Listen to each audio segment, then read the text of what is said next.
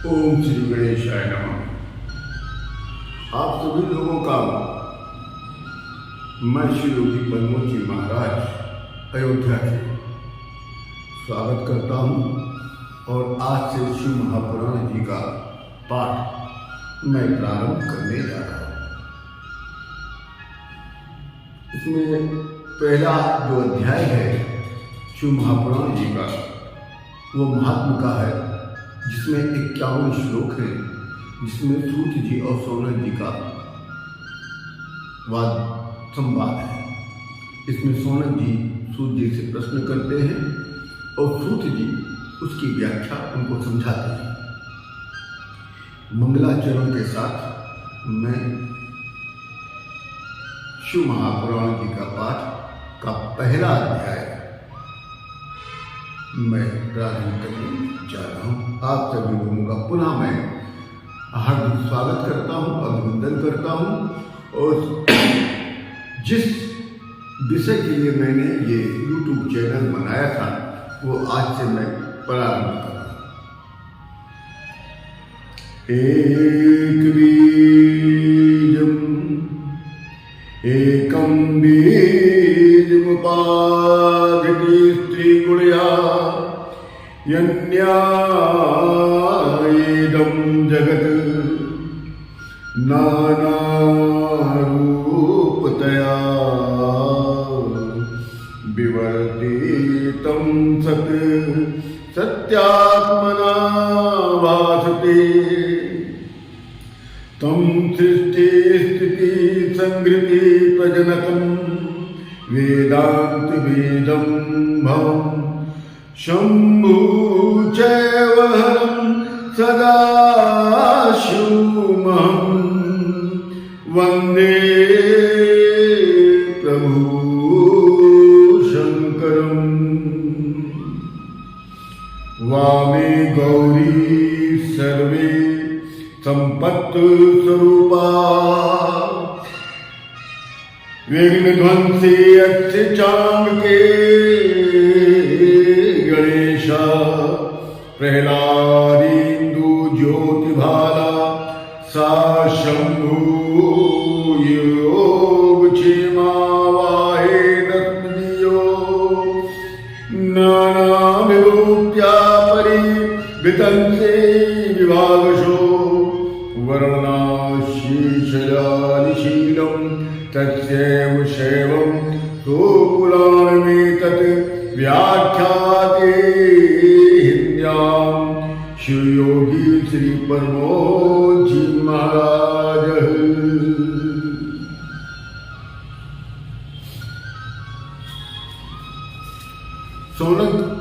सौनक जी सूत जी से कहते हैं, हे सूत महाप्राज्ञ सर्व सिद्धांत प्रभो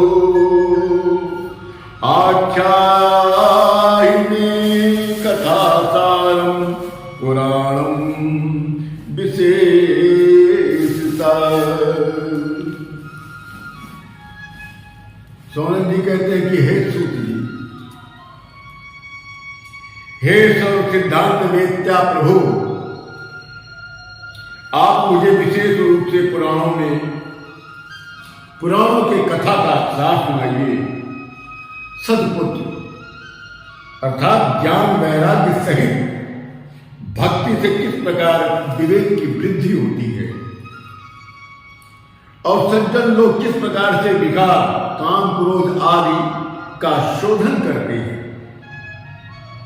हे तात, इस घोर कलिकाल में प्रायः जीव असुर भाव को प्राप्त हो रहे हैं, अतः उनके असुर भाव का निवारण किस उपाय से संभव है। इस जगत में जो वस्तु सर्वोत्तम एवं मनुष्यों का परम कल्याणकारक हो, वो पवित्र करने वाली तथा पवित्र करने वालों का उत्तम साधन हो, तथा जिस साधन से विशेष रूप से आत्म शुद्धि एवं निर्मल चित्त वालों का शिव और चित्त वालों को शिव की प्राप्ति हो, उस साधन को आप मुझे बताइए। इस प्रकार से शौनक जी ने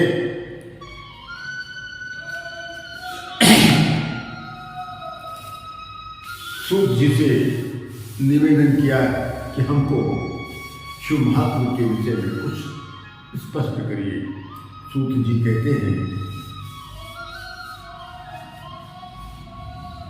धाधन्य तुम मुनि शार्दूल श्रवण के तिलाल अतो विचार सुदिशा वाचमी शास्त्रम महोत्तमम।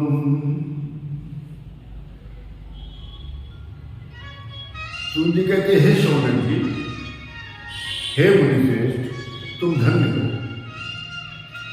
क्योंकि तुम्हें कथा श्रवण करने में अत्यंत प्रीति तथा शिव महात्मा सुनने की लालसा है। इसलिए मैं अपनी बुद्धि से विचार करके उत्तम सर्वोत्तम सब शास्त्र संपत्त और भक्त्याग को बढ़ाने वाला शिव संतोष कारक परम दिव्य रासायन स्वरूप तथा काल रूपी महासर्प के भय को नष्ट करने वाला सर्वोत्तम शिव महापुराण की कथा आपको सुनाता हूं। सूत जी कहते हैं कि हे शौनक, इस पुराण को स्वयं शिव जी ने कहा है कि 18 पुराणों में केवल शिव पुराण को ही शिव महापुराण की उपाधि प्राप्त हुई। क्यों? क्योंकि इस पुराण को स्वयं शिव जी ने ही लिखा। सनत कुमार मुनि के उपदेश से श्री व्यास जी की इस पुराण में अत्यंत श्रद्धा है, इसलिए उन्होंने कलियुगी जीवों के कल्याण निमित्त हेतु इसको संक्षेप में कहा है। पहला जो शिव महात्मा है वो 51 श्लोकों का है। आगे कहते हैं सूत जी की, हे शौनक जी, विशेषता कलियुगी मनुष्यों की चित्त में शुद्धि के लिए इस शिव महापुराण के अतिरिक्त कोई सुगम साधन अन्य है ही और कोई का ग्रंथ नहीं है जो जीवों के चित्त को शुद्ध कर सके। जिस पुणात्मा ने जन्मांतर में बहुत बड़े बड़े पुण्य किए हों, उस महाभाग्यवान की शिव की कथा में प्रीति होती है। जिस पुण्यात्मा ने जन्मांतर में बहुत बड़े बड़े पुण्य किए हों और यह शिव पुराण उसी तरह शास्त्रों में उत्तम है जिसे सर्वदा पृथ्वी में शिव स्वरूप से जाना गया है। इसलिए हम सभी लोगों को शिव महापुराण को शिव स्वरूप में साक्षात समझना चाहिए, तभी इसकी प्राप्ति भी हो पाती है। और एक खास बात मैं बता दूं कि जो इस अध्याय से पूरा शिव महापुराण का पाठ सुनेगा और मन में जो कामना रखेगा, 110% मैं गारंटी देता हूं उसकी ये मनोकामना शंकर भगवान स्वयं पूरी करते हैं। ये शिव महापुराण सभी शास्त्रों में उत्तम है। इसे सर्वदा पृथ्वी पर शिव स्वरूप में माना गया है। इसका सेवन नित्य करना चाहिए। इस शिव महापुराण को पढ़ने से और इस शिव महापुराण के श्रवण करने से अर्थात सुनने से श्रेष्ठ पुरुष शिव स्वरूप में हो जाता है। अर्थात जो व्यक्ति इस शिव महापुराण का पाठ करता है या शिव महापुराण का पाठ का श्रवण करता है, वो साक्षात शिव स्वरूप में हो जाता है। पुनः सभी साधनों की अपेक्षा सर्वश्रेष्ठ इस शिव भक्ति, इस साधन से उन्हें तत्क्षण शिव पद की प्राप्ति हो जाती है। अर्थात जो शिव की कथा को सुनता हो, पढ़ता हो, वो शिव स्वरूप हो जाता है और वो शिव पद की प्राप्ति, जो शिव पद है उसको उसकी प्राप्ति भी कर लेता है। इसलिए उन्हें सभी मनुष्यों को प्रयत्न करके शिव महापुराण का पाठ अवश्य सुनना चाहिए। यदि मनुष्य में जो प्रेम से मनुष्य इस महापुराण का पाठ का श्रवण करता है तो उसकी सभी मनोकामनाएं पूर्ण हो जाती हैं। तथा शेषणम प्रेमणा सर्व काम फलप्रदम।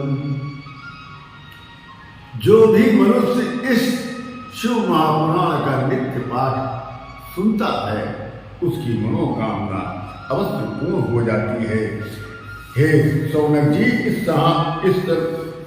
शिव महापुराण के सुनने से मनुष्य के समस्त पाप नष्ट हो जाते हैं, वो पाप रहित हो जाता है और इस लोक में अन्य भोगों को भोग कर वो शिवलोक की प्राप्ति कर लेता है। सैकड़ों राजसूय और सैकड़ों अग्नियों यज्ञ भी इसी श्रवण करने से मात्र प्राप्त हो जाते हैं। अर्थात जो शिव महापुराण का पाठ का श्रवण करता है समस्त यज्ञों की फल की प्राप्ति उसको इस शिव महापुराण के पाठ के सुनने मात्र से हो जाती है। हे सौनक जी, जो इस उत्तम शास्त्रभूत शिव महापुराण को सुनते हैं वो मनुष्य नहीं होते हैं, वो रुद्र रूप होते हैं। सभी लोग इसका पाठ न कर पाते हैं, न पाठ सुन पाते हैं, और जो पाठ कर लेता है, करता है या सुनता है वो मनुष्य नहीं होता है, वो रुद्र होता है, साक्षात रुद्र रूप माना जाता है। और इसमें कोई भी संदेह नहीं करना चाहिए। ते मनुष्याणां मंतव्या रुद्राएव न संशया। इस पुराण के श्रवण करने वाले तथा कहने वाले मनुष्य के चरणों का रज तीर्थ रूप हो जाता है, ऐसा ऋषि मुनियों ने कहा है। जो प्राणी अपना उभय लोक के कल्याण हेतु भक्ति पूर्वक शिव महापुराण का पाठ सुनना चाहिए। जिस व्यक्ति को अपना कल्याण करना हो इस युग में तो उसको नित्य शिव महापुराण का पाठ सुनना चाहिए। इसीलिए मैंने इस YouTube चैनल श्री शिव योगी अयोध्या जी के नाम से मैंने इसलिए बनाया है, जो आज से मैंने शुरू किया है कि मैं आपको नित्य एक पाठ मैं वीडियो अपलोड करके डालूंगा, जिसमें कोई भी डिजाइनिंग कुछ नहीं होगी। एक सिंपल सा मैं एक कमरे में बैठ के अपने आपको पाठ मैं रिकॉर्ड करके आपको डाल दूंगा।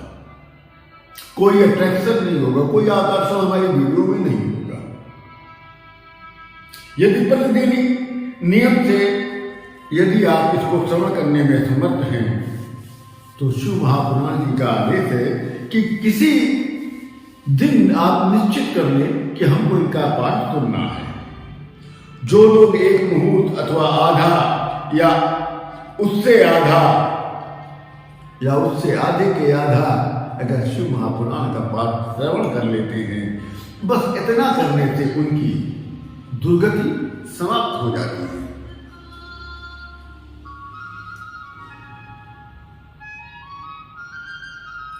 शिव महापुराण को सुनने वाला व्यक्ति कर्म रूपी महाकवि को भस्म कर संसार सागर से पार कर सकता है। सभी प्रकार के दिए गए दानों से ये उत्तम होता है कि शिव महापुराण का पाठ श्रवण किया जाए। सभी यज्ञों जो मनुष्य नहीं करा पाता है, न योग्य यज्ञ कराने वाला पंडित मिलता है, न किसी मनुष्य में इतना सामर्थ्य होता है कि वो यज्ञ संपन्न करा सके।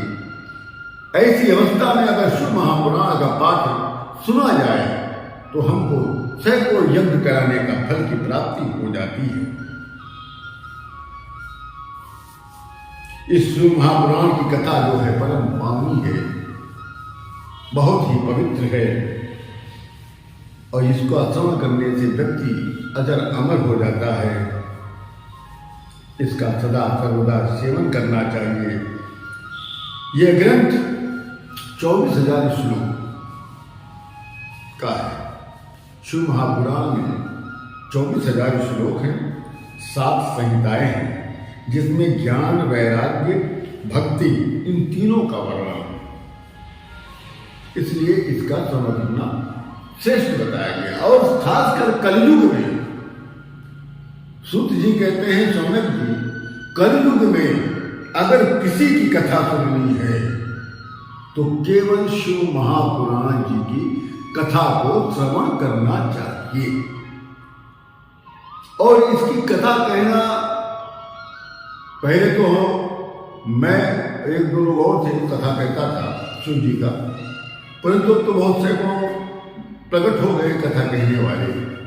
मगर इसका जो नियम है कथा कहने का, वो नियम मैंने देखा है तो सभी प्राप्त नहीं कर पाते। ये पहला अध्याय है महात्म का, जिसमें 51 श्लोक है। सूत जी कहते हैं सौनक जी से कि हे मुनि सत्तम,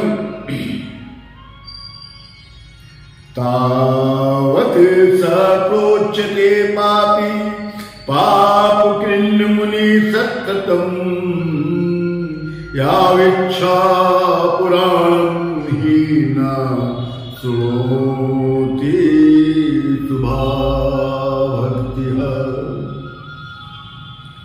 कि पाप करने वाला पापी तभी तक पापी रहता है जब तक वो शिव महापुराण का श्रवण नहीं कर पाता है। ये गंगा जल के समान है। जैसे गंगा जल में आप एक डुबकी लगा लीजिए तो आपके पाप का नाश हो जाता है, वैसे श्रवण शिव कथा का, शिव महापुराण की कथा का अगर श्रवण आप करते हैं तो आपके समस्त पापों का नाश हो जाता है।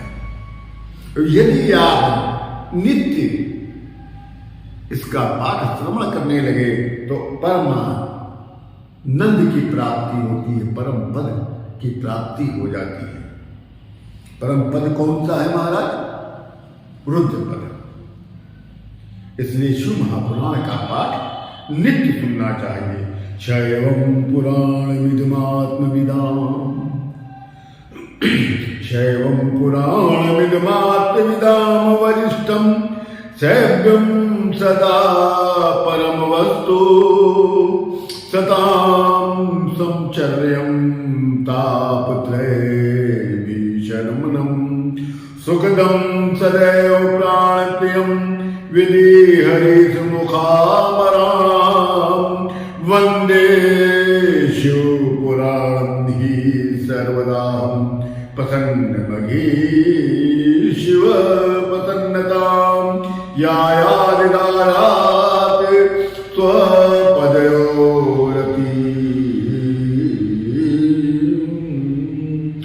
ओम श्री नमः शिवाय। ओम श्री पार्वते पतये नमः। ओम हर हर महादेव।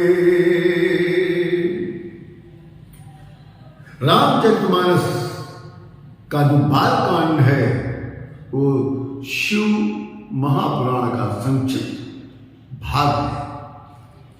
ऐसा कोई ग्रंथ नहीं है जिसमें शिव जी की वर्णन न किया गया। तुलसीदास ने स्वयं लिख दिया, तुम माया भगवान शिव, सकल जगत पितुमा। तुलसीदास जी ने सती माता से के लिए लिखा है, तुम माया भगवान शिव, सकल जगत पितुमा। नाय नाय मुनि चले, हर सत पुल कतगा। तुलसीदास ने स्वयं कहा है कि हे मां, आप ही माया हो और शिव जी वो जगत के पिता है। तो शिव महापुराण अपने आप में एक महापुराण है। 18 पुराण में कोई और पुराण नहीं है जिसको महाशब्द की उपाधि प्राप्त हो। मैं भी शिव महापुराण का लेखन कर रहा हूं महाराज, मैं आपको इसका दिखाता हूं। ऐसा नहीं है मैं मैं शिव महापुराण लिख रहा हूँ। ये देखें आप लोग, ये शिव महापुराण मैं लिख रहा हूँ।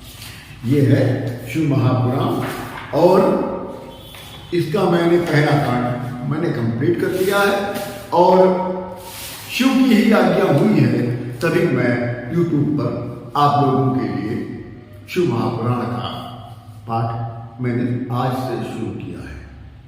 धीमे धीमे आपको हमारे वीडियो रिकॉर्डिंग में संशोधन करता रहूंगा तो आपको अच्छा और लगेगा। इसी के साथ मैं आपसे विदा चाहूंगा, परंतु एक निवेदन है आपसे कि इसको आप लोग अपने खुद स्वयं सब्सक्राइब करिए इस चैनल को और अपने लोगों से करवाइए, अपने मित्रों से करवाइए। जितना अधिक से अधिक करवाएंगे, जितना आप सब्सक्राइब करेंगे, समझिए आप हमको शिव से प्रेम करने लग गए और आपकी एक इच्छाओं की उत्कृष्टता जो होती है वो हमको दिखाई पड़ने लगेगी और हमको भी शिव महापुराण का पाठ आप तक पहुंचाने में आनंद की प्राप्ति होगी और आपको एक अच्छे जो ज्ञान संबंधी है, जो आपको पूजा करने में आप लोग जो करते हैं, कितनी गलत पूजा करते हैं, ये मैं सब लोगों को देखता रहता हूँ, इसलिए मैं बताता रहता हूँ। मैं ये चाहता हूँ कि मेरे जितने भी सनातनी भाई और बहन हैं, माता पिता हैं, जितने हमारे बच्चे हैं, कोई भी कर्म कांड में कहीं से भी कोई गलती ना करने पाए। यदि आप कर्मकांड सीखना चाहें तो फ्री में हमसे सीखिए। अगर कथा करना चाहते हैं तो हमसे आप फ्री में सीखिए। मैं कोई दक्षिणा नहीं लेता। आज तक मेरा 64-65 साल की अवस्था हो रही है, आज तक मैंने न कर्मकांड में न शिव कथा में मैंने कभी भी कोई दक्षिणा नहीं लिया है। इसी के साथ हम आपसे पुनः सबकी निवेदन करते हैं कि सब्सक्राइब जरूर करिएगा और हम आप सभी से विदा भी चाहते हैं। और एक बार इस चैनल को जब हम बंद करेंगे तो ओम नमः शिवाय बोलेंगे। आप लोग से निवेदन है कि ओम नमः शिवाय कमेंट्स करके आप हमको भी उत्साहित करिएगा। ओम नमः शिवाय।